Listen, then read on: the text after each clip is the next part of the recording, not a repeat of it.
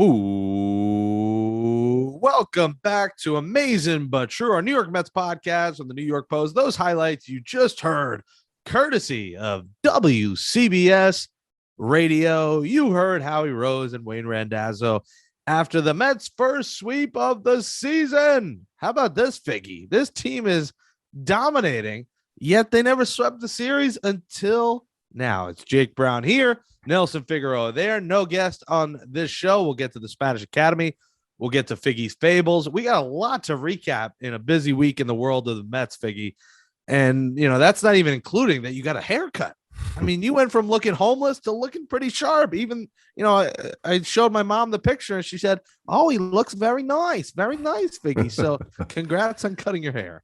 I had made a promise and I fulfilled it. We'll talk more about it in the Fables, but at the same time, the summer was coming, man. I don't know how that hair was going to do very well out in the sun and all the elements out there in Staten Island. So new look, new me, and, just trying to recap a very, very strange week in Metsland.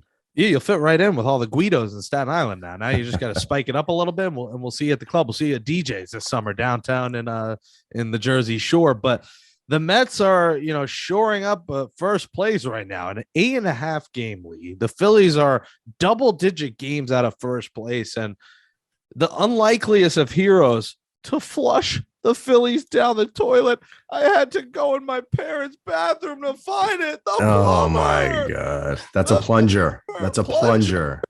The plumber flushed the Phillies down the toilet. We come with props here on Amazin But True. And he swung that lefty bat on a first pitch fastball by Corey Knebel. Cranked it into the Coke corner. Hartz was there. I was not. I mean, what world, Fugazi land we're in that I missed it, and I'm dying that I'm not there and here in South Carolina where Wendy's closes at 10 p.m. But Figgie, that was special. Unlikeliest of heroes. And listen, we'll get into it in a second. Choosing to pitch Adam Ottavino over Edwin Diaz, which made no sense. We haven't really ripped Buck for anything, but we can't rip Buck for this. Not pinch hitting for Nick Plummer turned out to be the best move ever because he got his first career hit, his first career homer, and his first career start. Again, this team built different. Yeah, it's very strange the way things continue to happen. And for the Phillies, there's something that has to be done for that bullpen. You have the closer come into the game, or at some point closer, maybe not closer, but guy comes into the game and goes in for a second inning as he delivers the first pitch. Why would you ever throw a first pitch fastball in that situation? I have no idea. And the young man was ready, willing, and Knebel. Jake, I'm the dad humor here, right? Yeah, there you go. Very nice. He was on time and just absolutely crushed that ball. No doubter. Had to be one of the best feelings of young Nick Plummer's entire life, let alone his baseball career. Circling the bases where he probably can't even feel his feet as he's touching the bases. Comes home, gets a big hug from Lindor, a big pat on the back, and the Mets breathe a sigh of relief, but they weren't done just yet. They were able to continue, and their scrappy ways keep showing up. It's not always the home runs. The home runs are nice, but it's when this team finds ways to put the ball in play and do the little things. Escobar, we had him dead a week ago, right before he got his 10th year in. He's really turned it around. He had a 4-hit game, I think, this week as well. He, has done a little bit of everything. And that's what we continue to marvel over this team is that guys keep stepping up. And, the next man up theory from last year is carrying over because these guys are getting opportunities and making the most of it. And listen, you're having a new hero every night from 1 to 27. I mean, however many players on the roster, 27 doubleheader. I think it's 26 right now. But you're having someone new every night. This time, it was the combination of Plummer and Escobar, who also made the tremendous play over the rail at the top of the inning. That was huge. And then Edwin Diaz took care of business. You could argue the game would have been over if Edwin Diaz came into the 8th inning, potentially to strike out the guy that he struck out on Friday night with high heat and Castellanos. He went with Ottavino. Ottavino left a fastball right down the heart of the plate, and he homered it. Mets losing, but Plummer saves the day. And let's hear what Plummer had to say, Hearts, after the game, after his big homer in his first start, first hit, first homer. Let's hear what he had to say.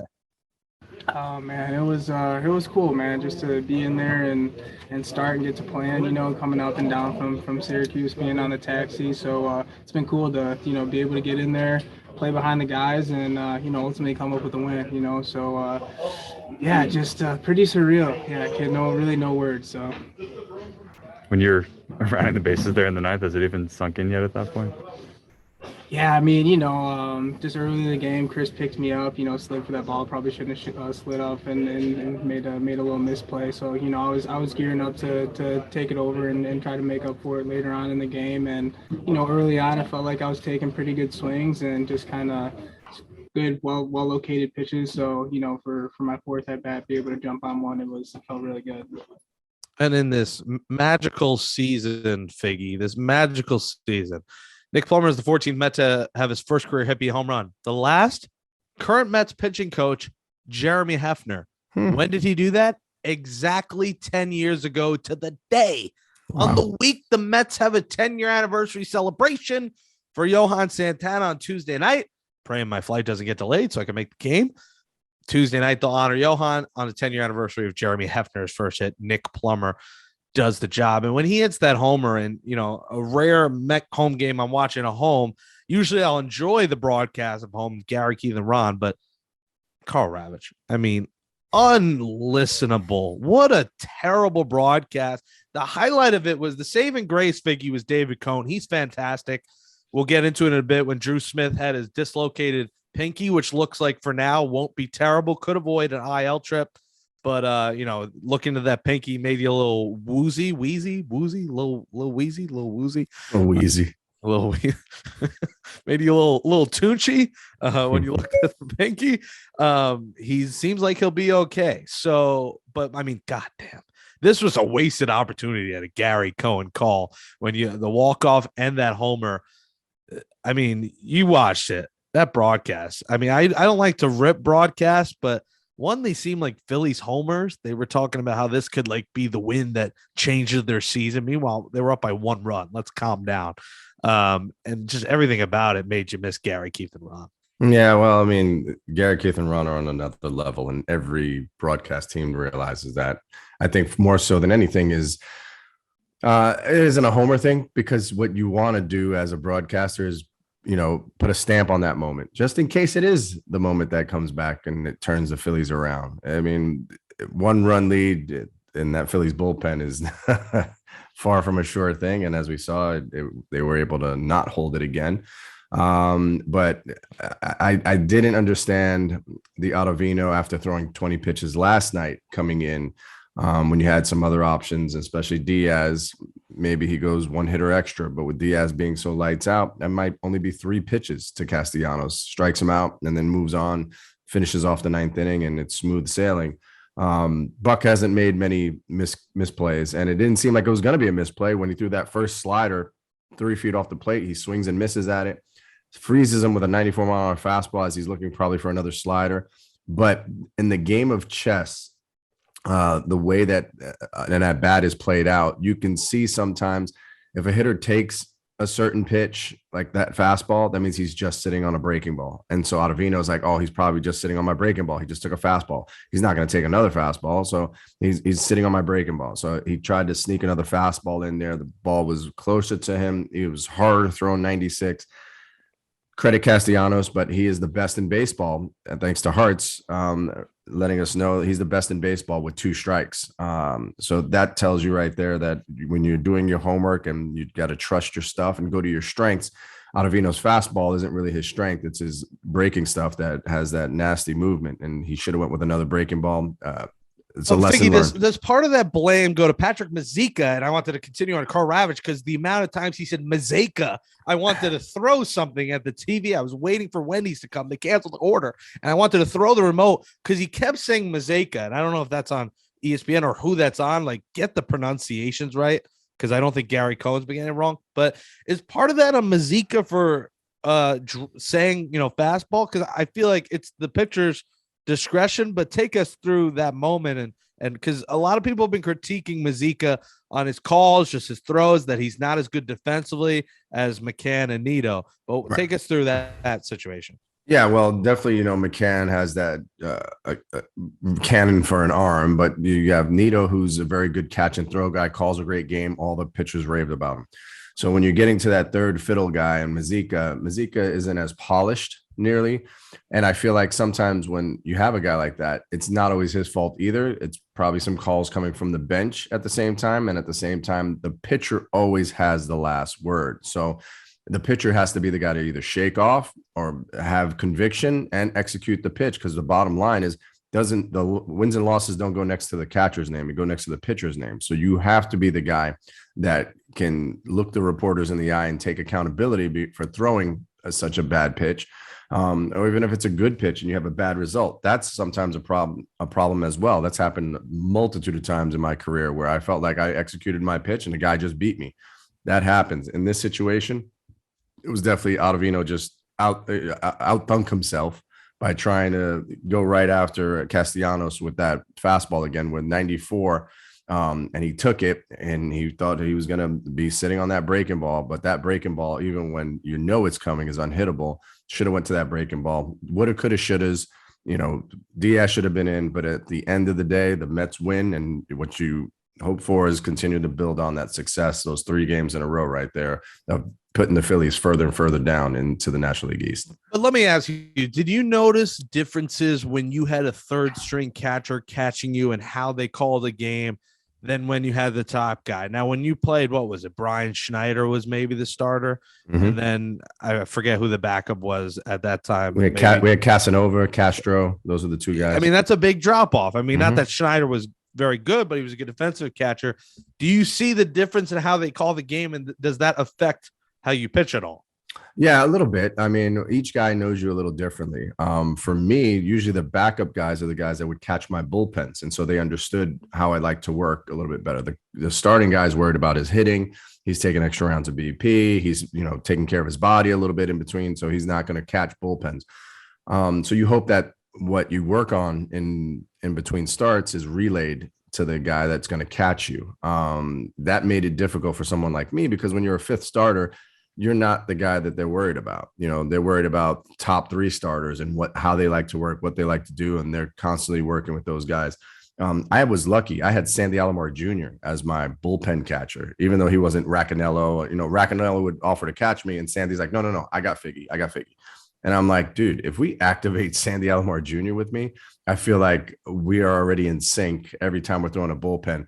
And you're like, I'm never getting designated for assignment ever again. Well, Rick Peterson used to say it all the time. He would watch my bullpens, and then I'd pitch to Schneider or somebody else, and he goes, "Can I ask you something?" I go, "Yeah." He goes, "Why during the week we're preparing filet mignon?" He goes, "And game days I'm getting spaghetti and meatballs." And I go, "Well, I go, I'm not the chef." I said, I go with the game plan and I trust the catchers. And plus, when this catcher hasn't caught my split finger, and I was having a little trepidation my first few years in the big leagues of, bouncing my split finger and, making it be a wild pitch. And meanwhile, these guys are the best in baseball at, calling and knowing what's going to happen and blocking a ball. So you have to have that confidence. And it took me till Dan Warden legitimately grabbed 24 baseballs and goes, "You're throwing every one of these balls in the dirt and you're working on putting people away." That next game I struck out 10. The next game after that I struck out like 8 or 9. Next game after that I struck out another 8 or 9. And I was like, oh, okay, so these guys get paid to block balls in the dirt. So you have to be better at executing at the major league level. And when it comes to like Mazika, he's learning the staff. Remember that, right? He caught him a little bit in spring training, but not very much, because those main guys are wanting to get familiar with new guys like Ottavino. I got him. Nito's like, I got him. McCann's like, I got to get to learn him. Things like that. So he's not going to see him very often, and so you don't really know how they want to work. And it's a 2-way learning process. So you hope that they learn from this experience and they don't go through this again. And at the same time, keep it simple, man. You always want to pitch to your strengths, and not, err on the side of, oh, this might be the guy's weakness. So it might not be my strength throwing a fastball by him in this situation, but he took it there and I'm going to do it again. His slider is that wipeout pitch. That's the one that got him, paid all that money in the middle of his career.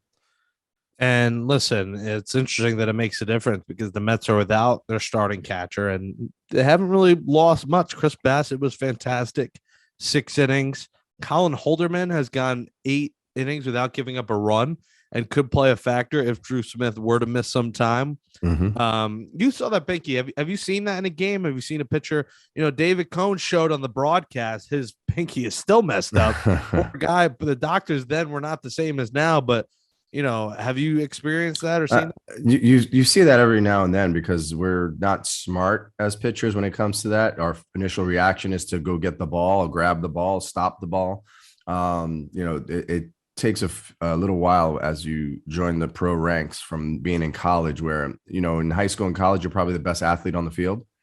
And you got to remember that these guys behind you, as you're getting paid to pitch, they're getting paid to field the ball. So you want them handling the ball as much as possible. That's why, like with the shifts and stuff like that, more and more you're seeing like guys throw the pitch and just keep their hands to themselves, get out the way, because there's probably going to be somebody back there that's going to make the play rather than you deflecting it. So that's something that you have to learn to do. It's not easy or fun in the beginning, but you realize after the third time that you've laid out for a ground ball to second base, stop being an idiot and let them feel the balls. But yeah, is that quick recovery. Like, I mean, it's a pinky. I think Ronnie Lott played the second half when he, had him cut it off. If you recall, know that Ronnie Lott story? I don't think so. His hand got stuck in a guy's jersey going to tackle him, and the pinky was facing the wrong direction. They cut it off at halftime. Jeez. Yeah. Oh, look it up. Look it up. It's a great story. But diabetes when they cut when it comes to baseball players and pitchers and your fingers, how you put your fingers on the ball, even just dexterity wise, it changes the way that the ball comes out of your hand. So if you can't bend it all the way, or if there's pain when you're trying to apply more and more pressure, maybe you can't put enough pressure on your changeup. It's all different things. So it could hinder him, but at the same time, it could be one of these things where they reset it and they said it wasn't broken. So that's a good sign. And maybe just, going to have some inflammation for a little while and be able to get back out there in a few days. This bullpen needs help. They need to get an arm. I don't think they have enough. And listen, Seth Lugo, you worry because Buck has not used him in a ton of high leverage. But he used him Saturday in a blowout, and then didn't have him Sunday. We haven't seen much of him back-to-back days. We're seeing him in lesser leverage roles, in a situation where I'm more comfortable with Seth Lugo than Adam Ottavino. Ottavino has been okay this year, but he's been a little shaky, and he's I'm worried about him in October and possibly blowing a game in the 8th inning. And everyone disagreed. This is a rare time we disagree with Buck, but listen, he kept Plummer up. Diaz had to be in for 4 outs. You go for a sweep. They still get it done. And it's just another chapter in this season. And Hartz, you were there, and it looked like on video that the place was rocking. It was electric. I unfortunately can't report on the atmosphere. So our resident Mets fan for the night, Andrew Hartz, can tell me about what the vibe was like in Citi Field, besides the wave that apparently went down 8 times in a row in a 2-run game. Ban the wave. Hartz, go. Well, listen, all of us can't be huge Yankee fans like yourself, mingling with Aaron Judge, and Carlos Stanton. And I was with Mark Sanchez and Nick Mangold in Legends. Of course, yeah, at Yankee Stadium watching them win. No, it was exciting. It felt like, believe it or not, it felt like a late August or early September game where a lot of the fans that were there, they weren't just there to watch a ball game. They were there for a big game, and it had a big game atmosphere, considering that, it's Memorial Day weekend. It's the Phillies. It's not a great matchup, but everyone there was excited. And honestly, again, it's no secret, I'm not a Mets fan, but as fan, I'm sorry. Listen, I'll even if you were with Miss Met, even if I was with someone who is a diehard Mets fan, and anyone who was there tonight and was a Met fan was excited. And honestly, that's what you want to see at this point in time. This is an exciting team, and mind you, even when the Mets were down going into the bottom of the 9th, the place was still pretty crowded. And mind you, people could have left. They could have gone, hit the train early, get home. You got the beach tomorrow, do all that kind of stuff. Met fans were sticking around because the one thing we've seen this whole year from this team so far, again, it's 2 months, is that this team will not die. And mind you, to have a guy like Jake Plummer come out of nowhere, Nick Plummer, you got the Jake the Plummer, Snake Plummer, the quarterback on your mind. Mario, Luigi, the Plumbers. The Plumber came through tonight. He Walk-up delivered. song too. Yeah. I'm telling you, and it was exciting, and honestly, like that's the difference in this Mets club. Like if you think about it, from the years past, no one would have assumed that there was any sort of chance, but somehow, some way, the Mets won, and the Metropolitans sent the Mets fans home happy tonight. Good for them. Yeah, it's something special about this team keeps brewing. It was nice to finally get a sweep. And my God, I mean, I've seen better defense from T-ball league teams. I mean, the Phillies defense is a true laughing stock. And, I think one of their coaches or Dombrowski, the GM, said earlier in the week, the defense hasn't cost them that many games, hasn't been a big deal. Well, it's cost him all week. So he's eating his words. Their defense in the first inning alone, leading to those 3 runs, was huge. So, I think this Phillies team is a lot worse than I thought. I was one of the people defending them, saying it's early, saying they'll be fine. But Figgie, I mean, listen, it is early. I'm not going to say the Mets can win division, but there's a chance that this is a 2-team race between the Mets and Braves, assuming that the Braves do something similar like they did last year and make some moves. Yeah, in true Dombrowski fashion, this team, legitimately, their analytics department looked at it and said, we win the majority of games we score 6 or more runs in. So let's get more big hitters in here, and that's what we're going to focus on.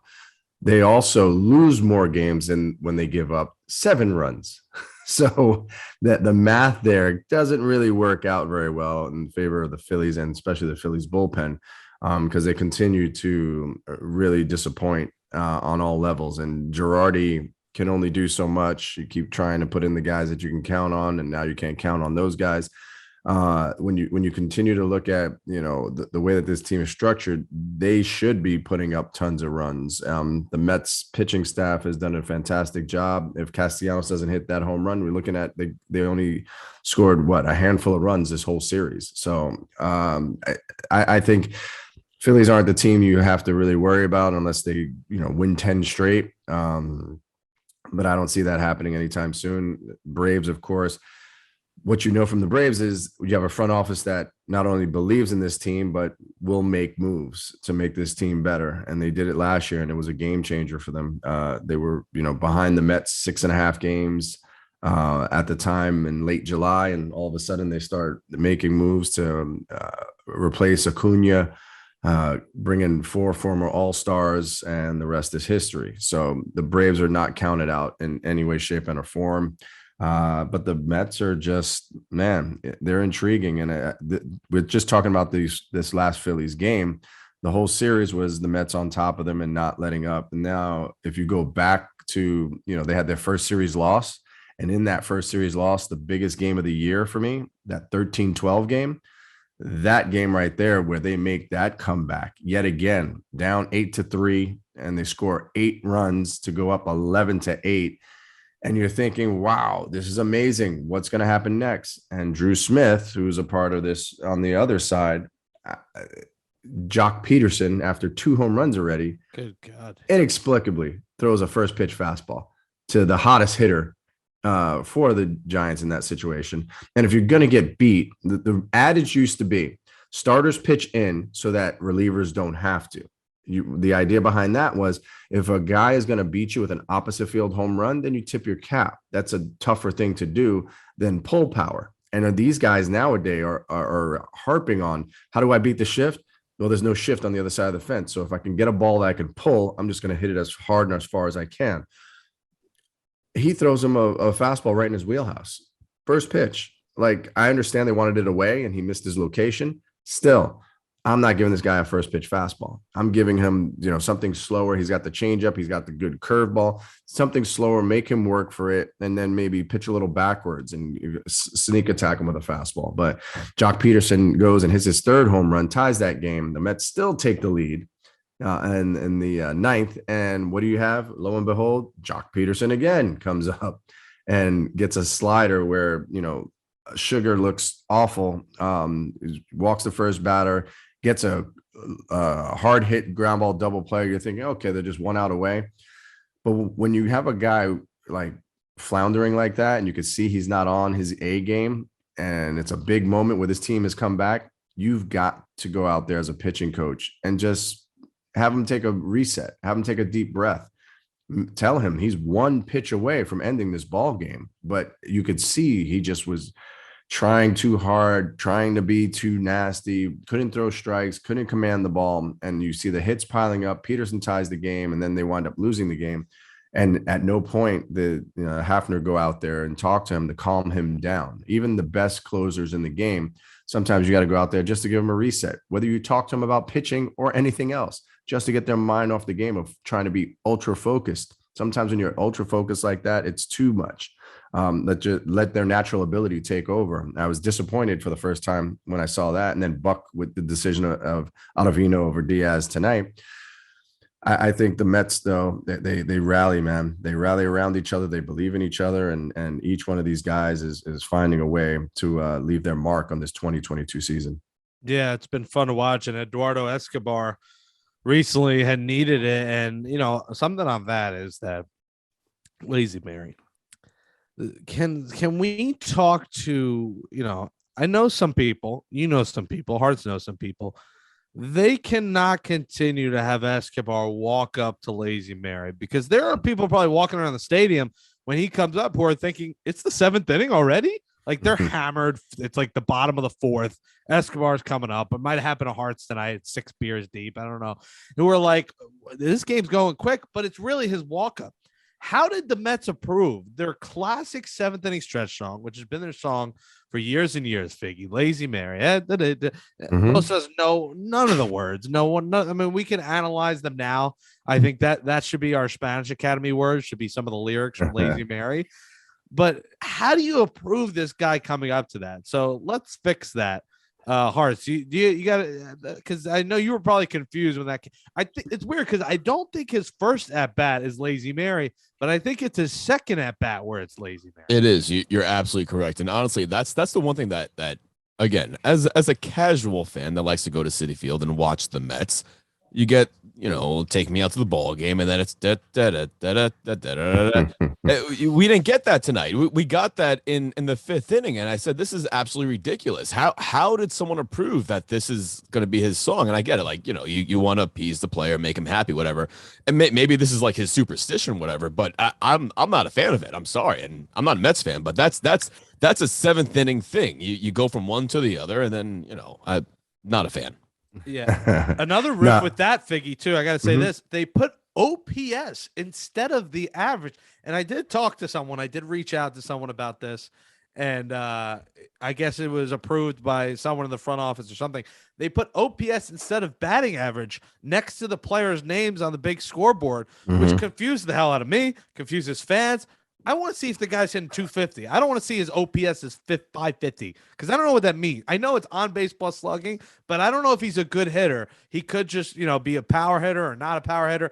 Put average, Hearts. I got to tell you one other thing that is a minor complaint, but to your point about OPS, they also don't tell you what the batter, or at least the Mets batters, have done for the night.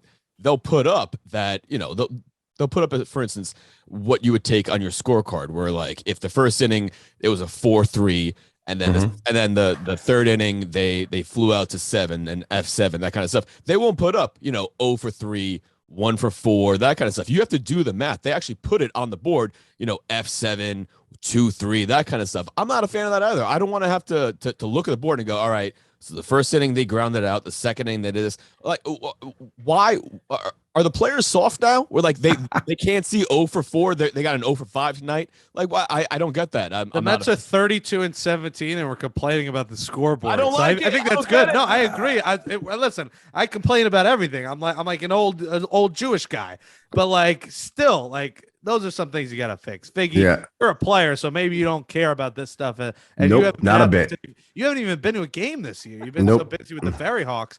But, that's frustrating. You've been going there long enough, Yeah, no, listen, all I really care about is, Escobar is comfortable. They're at home. And since the Giants series started out that way, he for the week has batted 346. No, but this was the last homestand too. It wasn't just this week. I know, he was I know 200 that. with it. But he raised his average to 225 from a 203 or 204 clip where he was just 6 games ago. So you have to appreciate him starting to turn it around and doing a little bit more. I imagine at some point, if there's, I could see Jake leading a petition about this right now. I really can. I am, yes. And I think, that's something that I'm going to shy away from. But send a few texts out to some people. Lazy Eddie, Lazy Eddie, you smoke in bed. There's only one man you should marry. The B-side lyrics. That's the English part. It goes, Lazy Mary, you better get up. She answered back, I am not able. Lazy Mary, you better get up. We need the sheets for the table. But it takes a while to get there because the beginning is all in Italian. It's mezzumati, but no one understands that part except for our Italian people. Anyway, this is Amazin But True. Jake Brown, Nelson Figueroa. This is what happens when you record at 2 a.m. on a Sunday night. Happy Memorial Day, everyone. Or Monday morning. Yeah, it is Monday morning. Some of you may be listening to this later because you're out barbecuing right now. A couple of nuggets before we move on here. I'll just run through these quick. One, Luis Guillorme is just tearing the cover off the ball. Been good in the leadoff spot. We'll see with Brandon Nimble. This is going to be a story to watch, Figgy, because this guy hasn't played 100 games in a season in his career. He's going to be a free agent. We know his agent. He's going to get big bucks. But will the Mets pay him? That's going to be a question we're going to ask as the season goes on because he has not been durable. And listen, he might be back in the lineup in a day or two, but constantly hurt. Francisco Lindor, 455, last 6 games, 14 RBIs. I mean, this guy is on fire, and I like it, Figgy, because I hate the people who are like, boo him still or like don't support him. The team's winning. He's in a hot streak. Well, it's a game of streaks. He's going to have bad weeks. He's going to have bad stretches, and then he's going to have stretches like he's on right now. So you kind of just got to ride the wave. Do the wave, ride the wave. Don't. No, and that's exactly it, right? And we talked about there's a million different ways that he helps your ball club.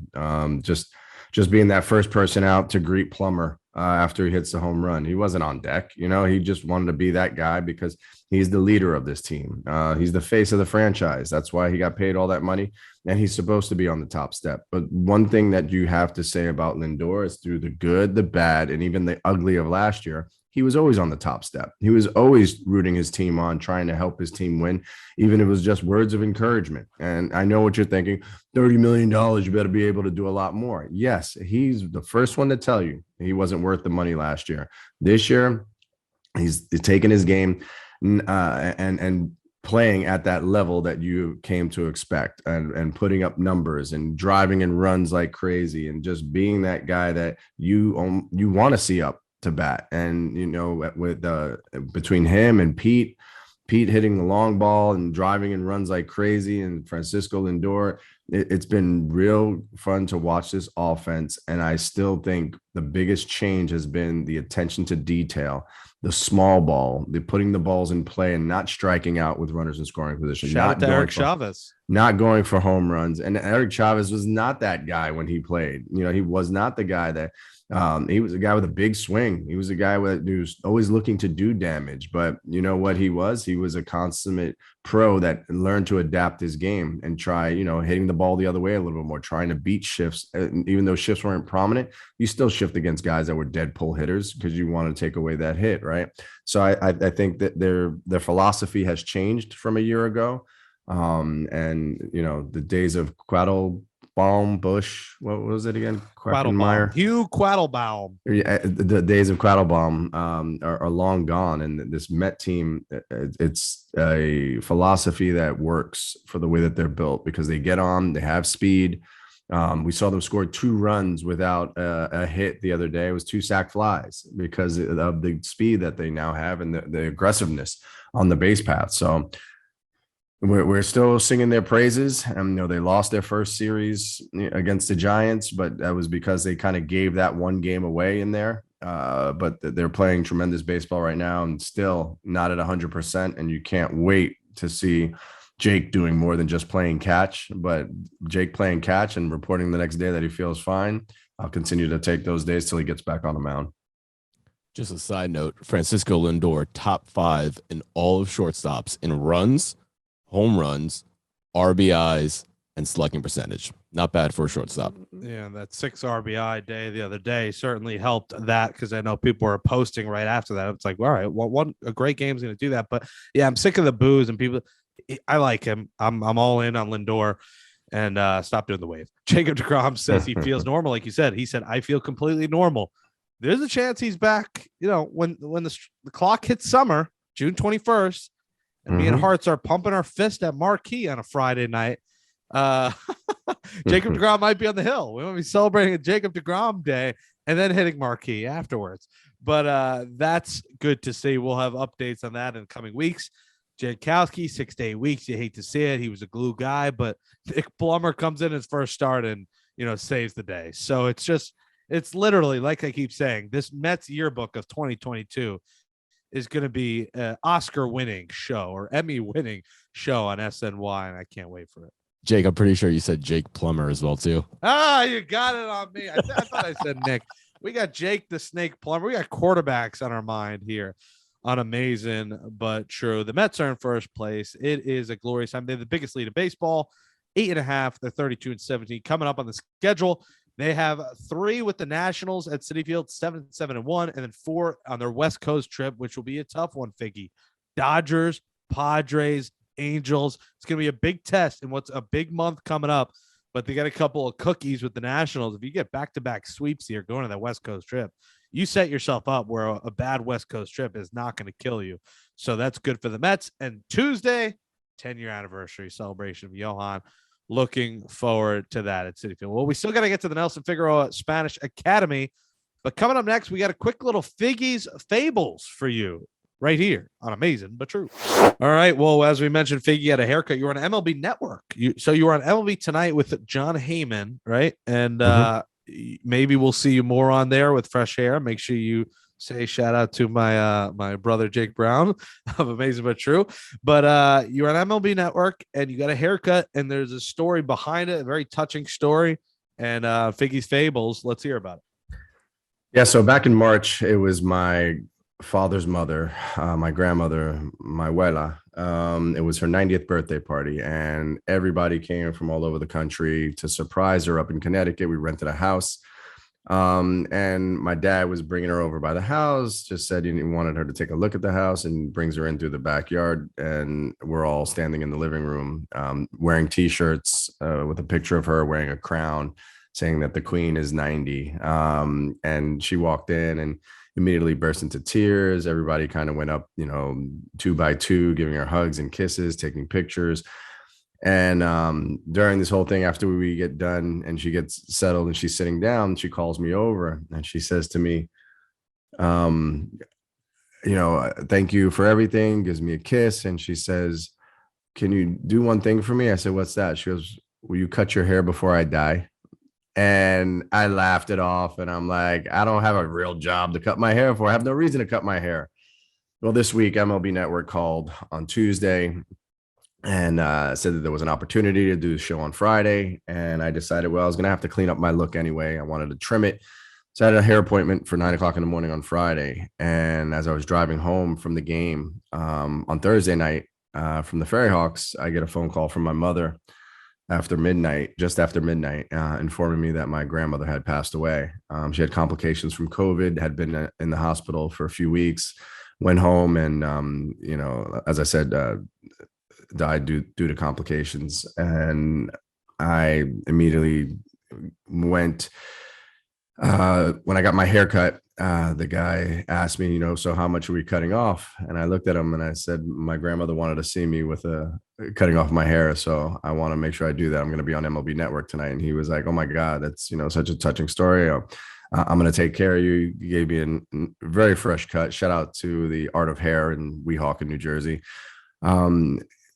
I go over to the show and I had seen Lauren Gardner, who I was going to work with if I did the Apple TV game.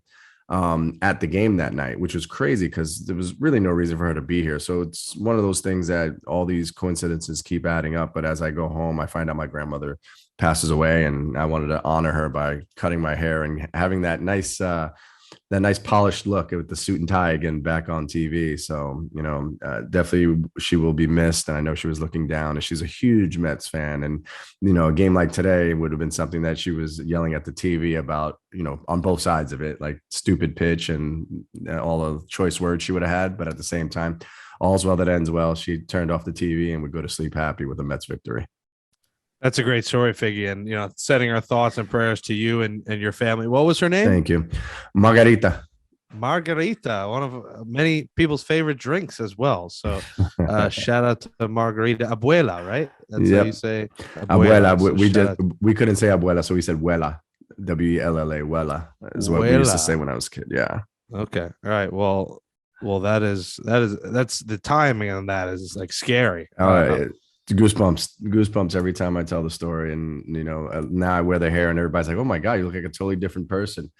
But it was good to be back on the air. It was also good to be alongside Heyman and do something I love, and at the same time still be able to coach. So it's been a very good 2022 in a lot of ways. And even though I lost my grandmother, I'm so happy that she had a chance before she died to see all the grandchildren and all, the family got together, and, she was so excited about that. And she literally had said, like, she gave this big speech and said, all she has left is now to be reunited with her beloved, my grandfather. And now she is. Well, this episode sponsored by Kleenex this week. Amazing, but sure. That's a great story. And very nice. And look, it looks good. My mom saw it. She said, Figgy looks very nice. So she approves, and good. So do I. You don't look homeless now. You look like you own a nice 4-family home in New Jersey. So good job. Well, we'll take a trip to the Nelson Figueroa Spanish Academy on Amazin But True next.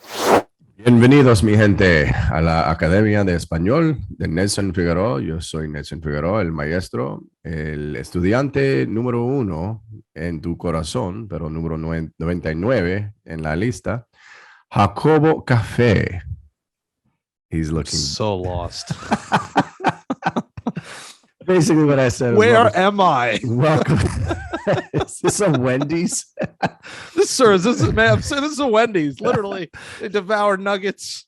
So I said, welcome to the Nelson Figueroa Spanish Academy. I am the teacher. Jacob Brown is my number 1 student, but only in your heart, and number 99 actually on my student list. Today's phrase, it's this Mets team that never say die attitude. I think we have to honor that and go with the never say die. Nunca digas morir. Before you do that, are you looking at the screen? I saw the screen. Okay. All right. I just want to make sure. All right. Back to the academy. Never say die. Nunca digas morir. Holy cow. Nunca digas. Do it again. Nunca digas morir. Okay. I got to write this down. Here we go. Nunca digas morir. Digas morir. Morir. That sounds painful. Nunca digas morir. Why are you saying digas? Digas. Nunca digas. Nunca digas. Nunca digas. Morir. Morir. Not altogether. Nunca digas. I wrote it as degas. It is farting out that Wendy's. All right. Nunca digas morir. Not bad. All right. Well, let's move on to, since you're so enamored with the Lazy Mary song, we're just going to go with lazy. And this will be an easy one. Perezoso. I was hoping it was lazy or something. Laissez faire. This is social studies class, La Academia. Perezoso. Perezoso. Perezoso. Perezoso.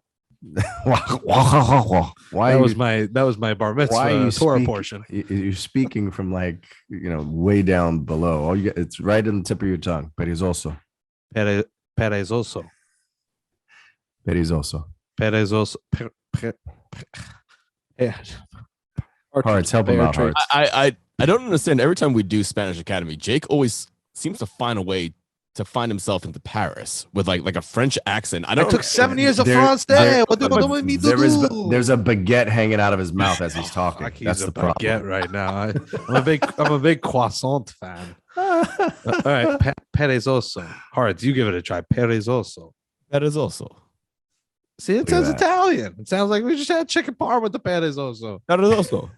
Nuncas diegues. Oh no. Nuncas diegues more. Whoa. That was worse than me. Wait. Am I not? No. Nunca digas morir. Digas morir.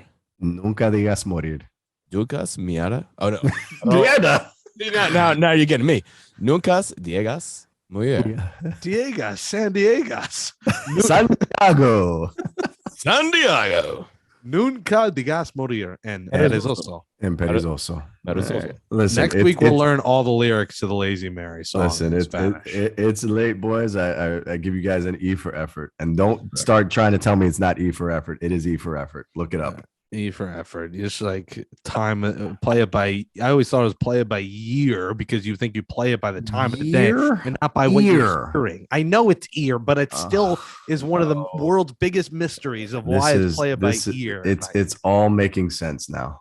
Yeah. It really is. Listen, you better get up. She answered back, I am not able. We'll close out Amazing But True next. Alrighty, Figgy. Let's say goodnight to episode 106 of Amazing But True, our New York Mets podcast with the New York Post. It's actually good morning, but thanks to you, Jake and Andrew Hartz, for producing the show. Give Amazing But True a 5-star rating and write in a nice review on Apple Podcasts. Give us a follow on Twitter as well at Amazing But True. Yeah, this is the latest recording in the history of the program. Or the earliest. We're wrapping up here at 2:30 in the morning on Memorial Day. That's right. We work holidays. Dedicated. At the New York Post. That's called dedication / Figgie's got to wake up in the morning and coach a baseball game as well.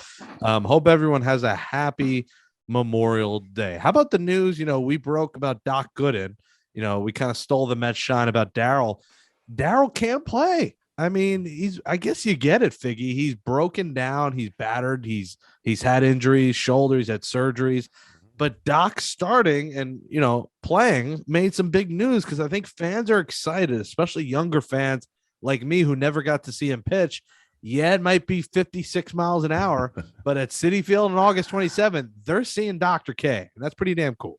Yeah, no, without a doubt. I think one of the things you always hear me talk about is fantasy camp and getting to hang out with these guys and spend time with these guys. And that's what it's really about, is to have this whole big group just being at the stadium at the same time. And I'm sure they're going to have little, maybe signing areas where you can have, a couple of guys at a time and get stuff autographed. And I think it's just a really cool experience to, let the fans see the important members of, the years gone by. Only 2 championships, but, there's teams that are celebrated. There's players that are celebrated for their efforts of being New York Mets. Only 1,000 players in the history of the game have ever put on a New York Met uniform. So it's pretty special. And I consider myself very lucky to be a kid who grew up in Brooklyn and had a chance to not only put on the uniform, but to get a chance to get to know my idols on more than just a first name basis. It's been great. And I hope that,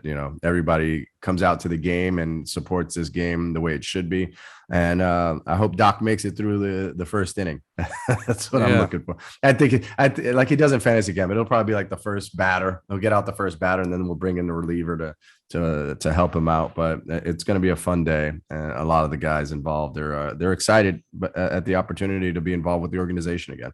Well, let's hope no one gets hurt. The way the Mets are going, Doc might, tear a hammy, throwing an E-fist there. So excited for that day as more names continue to come out. The other, fun story with the Mets is the McNeil Chaz dance from Wedding Crashers. I mean, the Wedding Crashers like cast owes the Mets because I need to go watch it now to be reminded of that scene.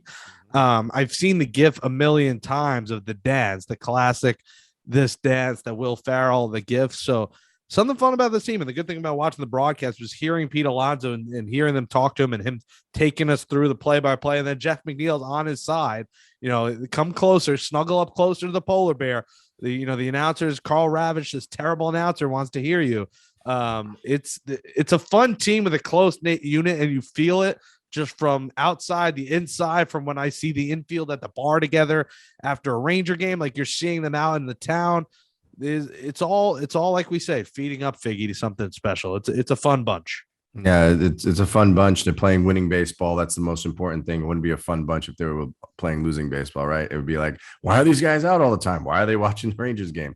So winning is the biggest thing. And I think they have their priorities in order. And with Buck Showalter at the helm, the attention to detail has been the biggest difference this year in this team. And it's a reason why I think they will have a chance to go far into October. Yeah, and something we'll be monitoring here over the coming weeks is Dom Smith saying 180. I mean, there is a chance he's got an option to be sent down. He's a beloved Met. Fans love him. But there's going to be a point where the love factor, what's love got to do with it, Figgy? I forget who the artist was. $37 million.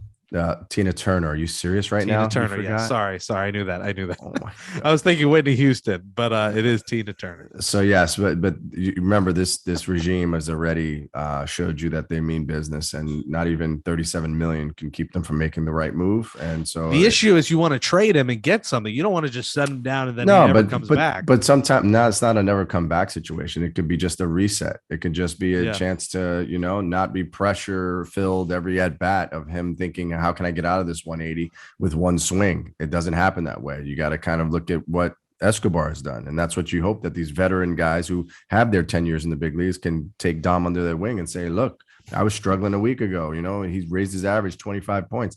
And that's how it starts. Dom is a good hitter. Dom is a way better hitter than he has shown thus far, but every 0 for 4 continues him going in the wrong direction. And sometimes all it takes when you're batting that low, a 1 for 4 is 250. You're moving in the right direction. So if he can focus on that one at bat and then building off that next at bat and just doing something that helps the ball club win, at the end of the day, no one says when you win a championship ring that you were the guy that batted 209 instead of the guy who batted 309.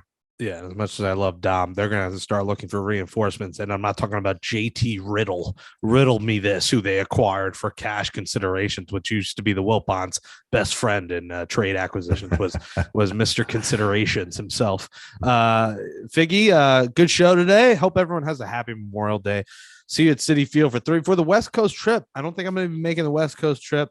Might not come back to North Carolina again if food closes at 10 p.m. My goodness, it's I keep complaining about that, but I've never seen the best part restaurants is you're in South Carolina. You don't Yes. even know where you're at right now. Well, I'm a block away north. The two states combined equals just closing. Just it's like the freaking CBS morning news and when the snowstorm. Speaking of closing. Yeah, let me close the show out here so everyone could go to bed here. For Nelson Figueroa, Andrew Hartz, I'm Jake Brown. We will be back next Monday as the Mets, after the first 4 games of their West Coast trip. Figgy, good show. Have a happy Memorial Day. And as always, let's go Mets. Nice job. Look at that picture. That's awful.